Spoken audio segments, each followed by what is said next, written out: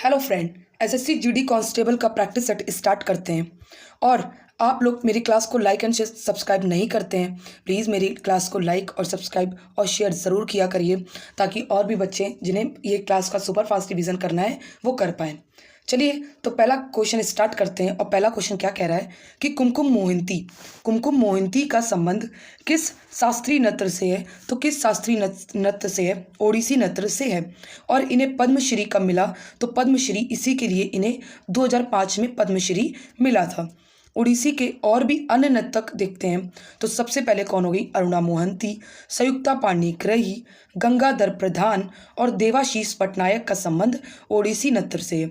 किस नृत्य से है? ओडिसी नृत्य से है। ओडिसी के प्रथम पद्म विभूषण प्राप्तकर्ता कौन है? तो ओडिसी के प्रथम पद्म विभूषण प्राप्तकर्ता कौन है? तो ये कौन है? केलुचरण महापात्र हैं। कौन है? केलुचरण महापात्र, जिनको 2000 में मिला था। नेक्स्ट है कि छऊ के क्या कहते हैं? कौन है प्रमुख? कहते हैं नर्तक कौन है? तो मकरध्वज दरोगा हैं, इनको भी इसी के लिए पद्मश्री मिला। और मणिपुर के कौन है शास्त्रीय कहते हैं नर्तक? तो ये कौन है? अमूबी सिंह, जिन्हें पद्मश्री, ये भी पद्मश्री से सम्मानित है। पद्मश्री से ये भी सम्मानित है। नेक्स्ट है कि भरतनाट्यम की कौन हो गई? तो भरतनाट्यम की हो गई अलार मेलवल्ली, जो कि इनको भी पद्मश्री मिला है इसी के लिए, और ये भी पद्मश्री से सम्मानित है। नेक्स्ट है क्वेश्चन नंबर सेकंड क्या है कि डेमोक्रेटिस एंड डिसेंटर्स पुस्तक के लेखक कौन है? तो ये पुस्तक के लेखक रामचंद्र गुहा जी हैं। इनकी और भी अन्य पुस्तक गांधी बिफोर इंडिया, कौन सी पुस्तक हो गई? Gandhi before India, India after Gandhi, rebels against the Raj और makers of the modern India, ये भी तीनों पुस्तक किसकी हैं? तो रामचंद्र गुहा की हैं। किसकी? रामचंद्र गुहा की है। नेक्स्ट पुस्तक है अरुण शौरी की। किसकी? अरुण शौरी की पुस्तक कौन सी होगी? तो टू सेंट्स पुस्तक है। और गुरुचरण दास की पुस्तक कौन सी होगी? तो इनकी पुस्तक कौन सी है? अच्छाई की ओर। कौन सी पुस्तक होगी? अच्छाई की ओर। क्लास अच्छी लग रही हो तो प्लीज़ क्लास को लाइक और शेयर सब्सक्राइब ज़रूर करें। मेरी क्लास को प्लीज़ एक शेयर ज़रूर करिए। नेक्स्ट है क्वेश्चन नंबर थर्ड क्या है कि शोर मंदिर किस राज्य में स्थित है? तो ये किस राज्य में स्थित है माय फ्रेंड्स? तो ये तमिलनाडु में स्थित है। इसे महाबलीपुरम मंदिर भी कहते हैं। और इसमें ये महाबलीपुरम मंदिर क्या कहते हैं, यूनेस्को में कब शामिल हुआ? तो 1984 में शामिल हुआ। कब? 1984 में शामिल हुआ। उड़ीसा का ही ऐसे एक मंदिर है, कौन सा? तो सूर्य मंदिर है, जो कि कोणार्क में स्थित है। और 1984 में भी ये भी यूनेस्को में शामिल हुआ। ये भी यूनेस्को में शामिल हुआ है। नेक्स्ट है कि तमिलनाडु में एक और मंदिर है, कौन सा? तो नटराज मंदिर है। कौन सा मंदिर है? तो नटराज मंदिर है तमिलनाडु में। एक और मंदिर है, कौन सा? तो मोनोलिथिक मंदिर। कौन सा मंदिर? मोनोलिथिक मंदिर, जो कि महाभारत मंदिर कहते हैं। और ये इसमें कितने रथ हैं? तो 5 रथ हैं। एक धर्मराज के लिए, धर्मराज युधिष्ठिर का, एक भीम का, तीसरा अर्जुन का, और चौथा इन दोनों नकुल सहदेव का है। और 5वां रथ कौन सा है? तो द्रौपदी का है। कौन सा? द्रौपदी का है। नेक्स्ट है कि महाराष्ट्र के मंदिर। महाराष्ट्र का कौन सा मंदिर हो गया? तो भीमाशंकर मंदिर हो गया। कौन सा? भीमाशंकर मंदिर। नेक्स्ट है केरल का कौन सा मंदिर हो गया? तो पद्मनाथ स्वामी मंदिर, जिसमें विष्णु जी की लेटी हुई मूर्ति है। प्रतिमा कैसी है? विष्णु जी की लेटी हुई प्रतिमा है।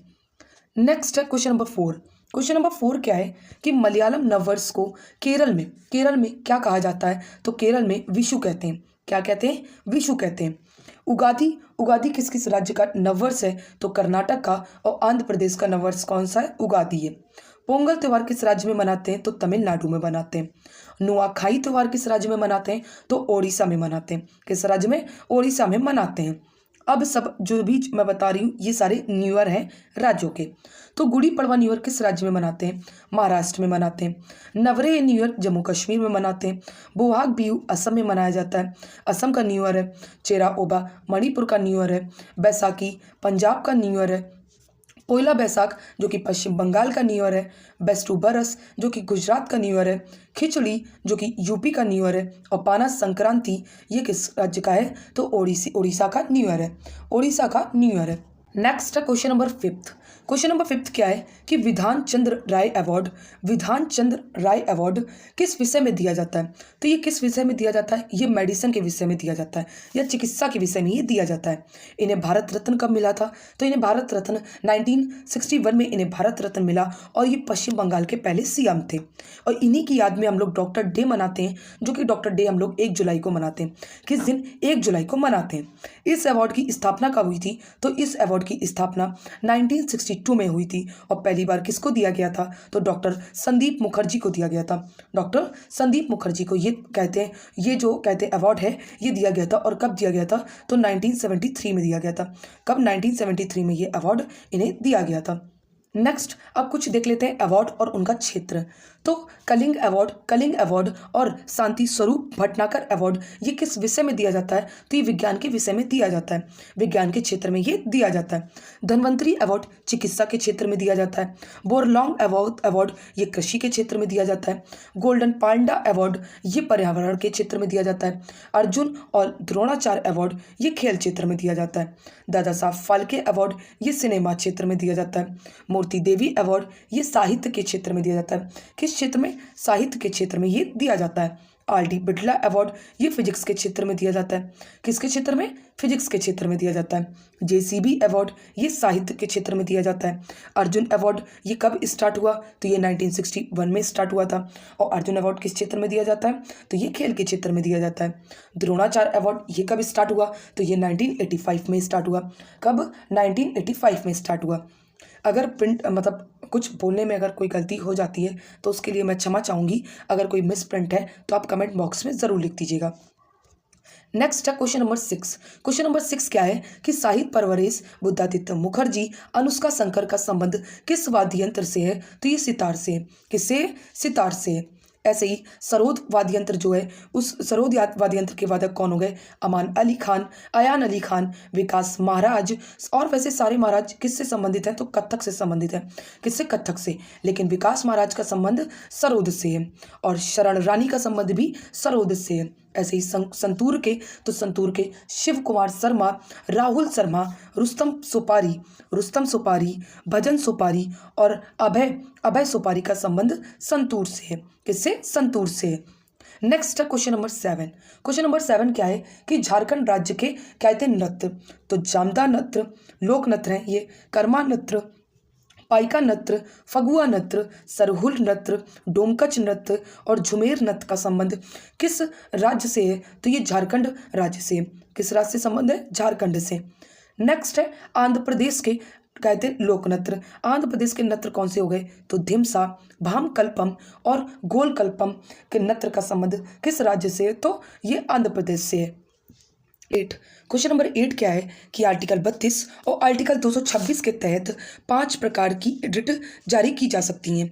5 प्रकार की रिट जारी की जा सकती हैं। बंदी प्रत्यक्षीकरण, इसमें जो व्यक्ति होता है उसको 24 घंटे के अंदर कहते हैं 24 घंटे के अंदर न्यायालय के समक्ष प्रस्तुत किया जाता है। न्यायालय के समक्ष इसको प्रस्तुत किया जाता है। आने जाने का समय इसमें काउंट नहीं होता है। दूसरी कहते हैं रिट कौन सी है? परमादेश है। कौन सी रिट हो गई? परमादेश हो गई। नेक्स्ट है रिट प्रतिषेध और चौथी कौन सी है? उत्प्रेषण। कौन सी रिट हो गई? उत्प्रेषण।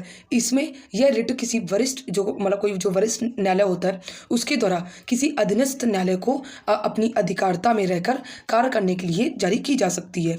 और नेक्स्ट रिट कौन सी हो गई? अधिकार प्रक्षा। कौन सी रिट हो गई? अधिकार प्रक्षा हो गई।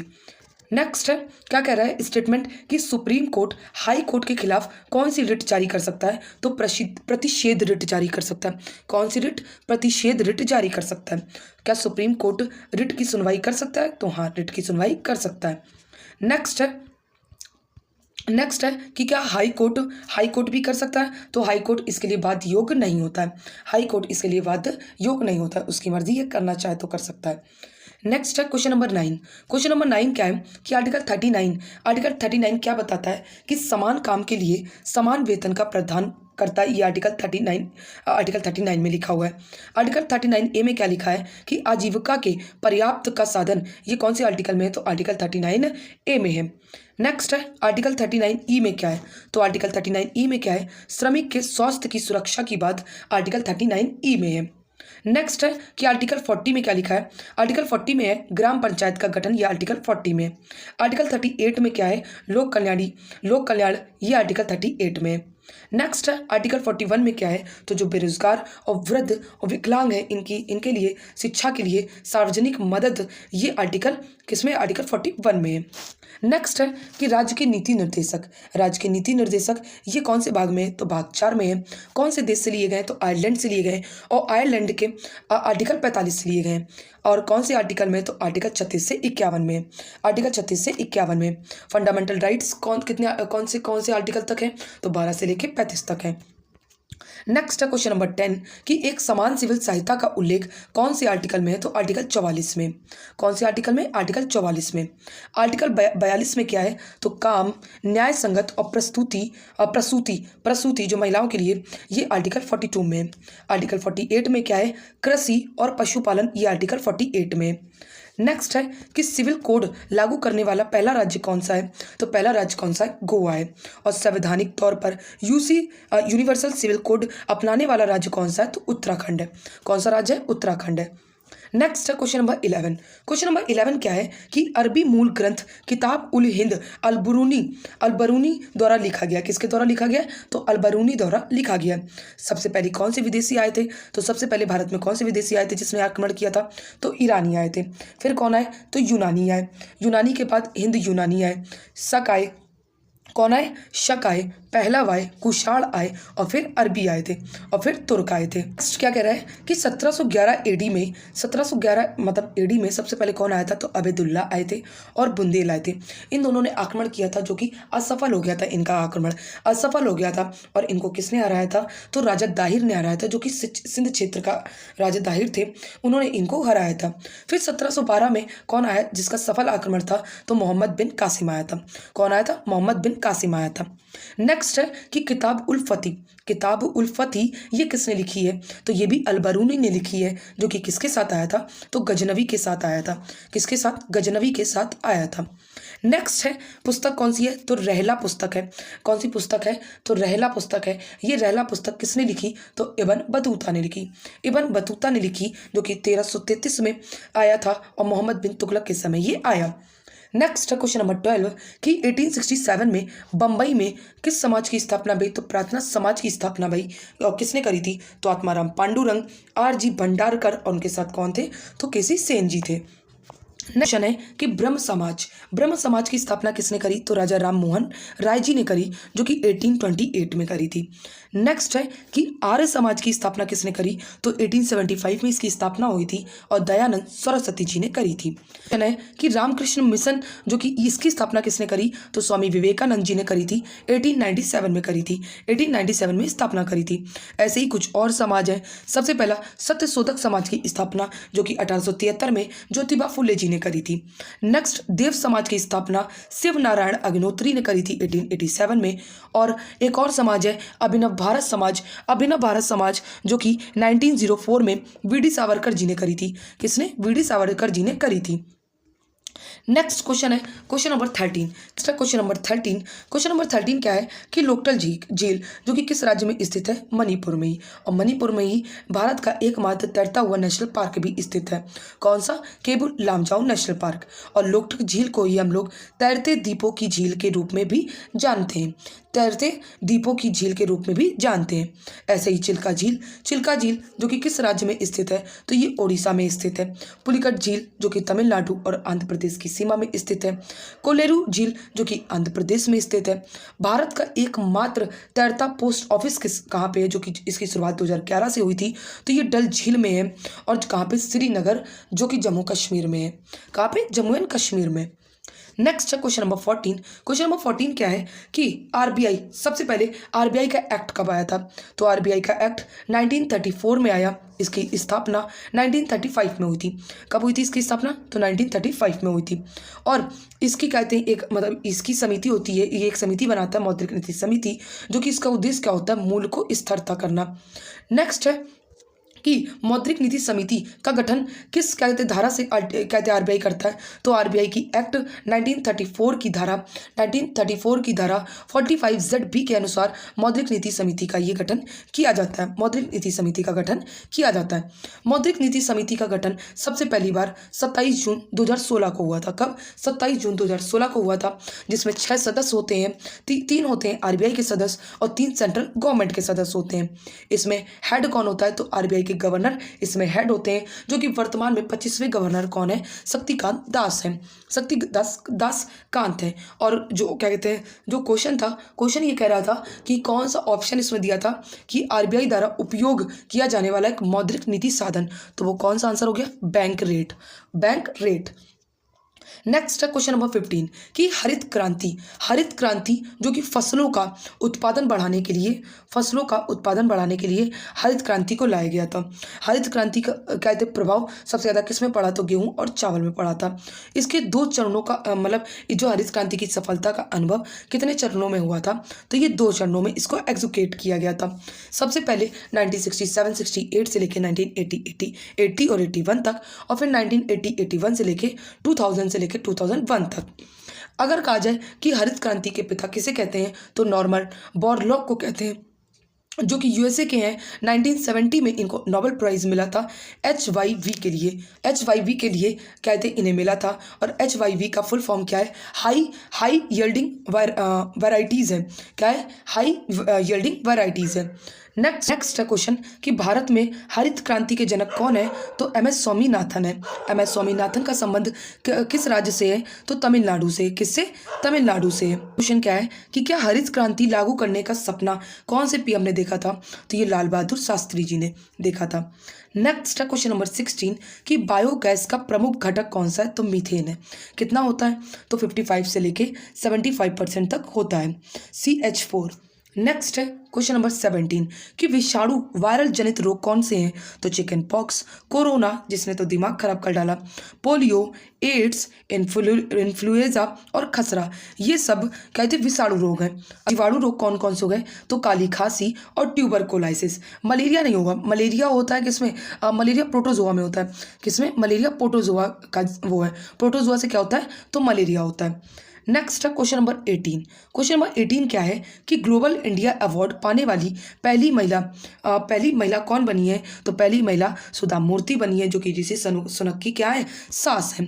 और इनको कौन से, वहाँ पे कनाडा में कहते टोरंटो महोत्सव हो रहा था, उसमें इनको ये कहते ये अवार्ड मिला है। इनकी ये पुस्तक कौन सी, बहुत ही चर्चित पुस्तक है डॉलर बहू, जो कि एसएससी कई बार पूछ चुकी है, इसीलिए मैंने इसमें 3 स्टार भी लगा दिए। वाइज एंड अदरवाइज भी पुस्तक किसकी है, तो सुधा मूर्ति की है। किसकी? सुधा मूर्ति की है। और 3000 टाके भी पुस्तक किसकी है, तो सुधा मूर्ति की है। नेक्स्ट है कि वहीदा रहमान को 53वां दादा साहब फाल्के अवार्ड मिला है। क्या मिला है? 53वां दादा साहब फाल्के अवार्ड मिला है। नेक्स्ट है क्वेश्चन नंबर 19। क्वेश्चन नंबर 19 क्या है कि भारत का पहला और दुनिया का भी पहला जल विश्वविद्यालय कहाँ खुलेगा, तो हमारे यूपी हमीरपुर में ये खुलेगा।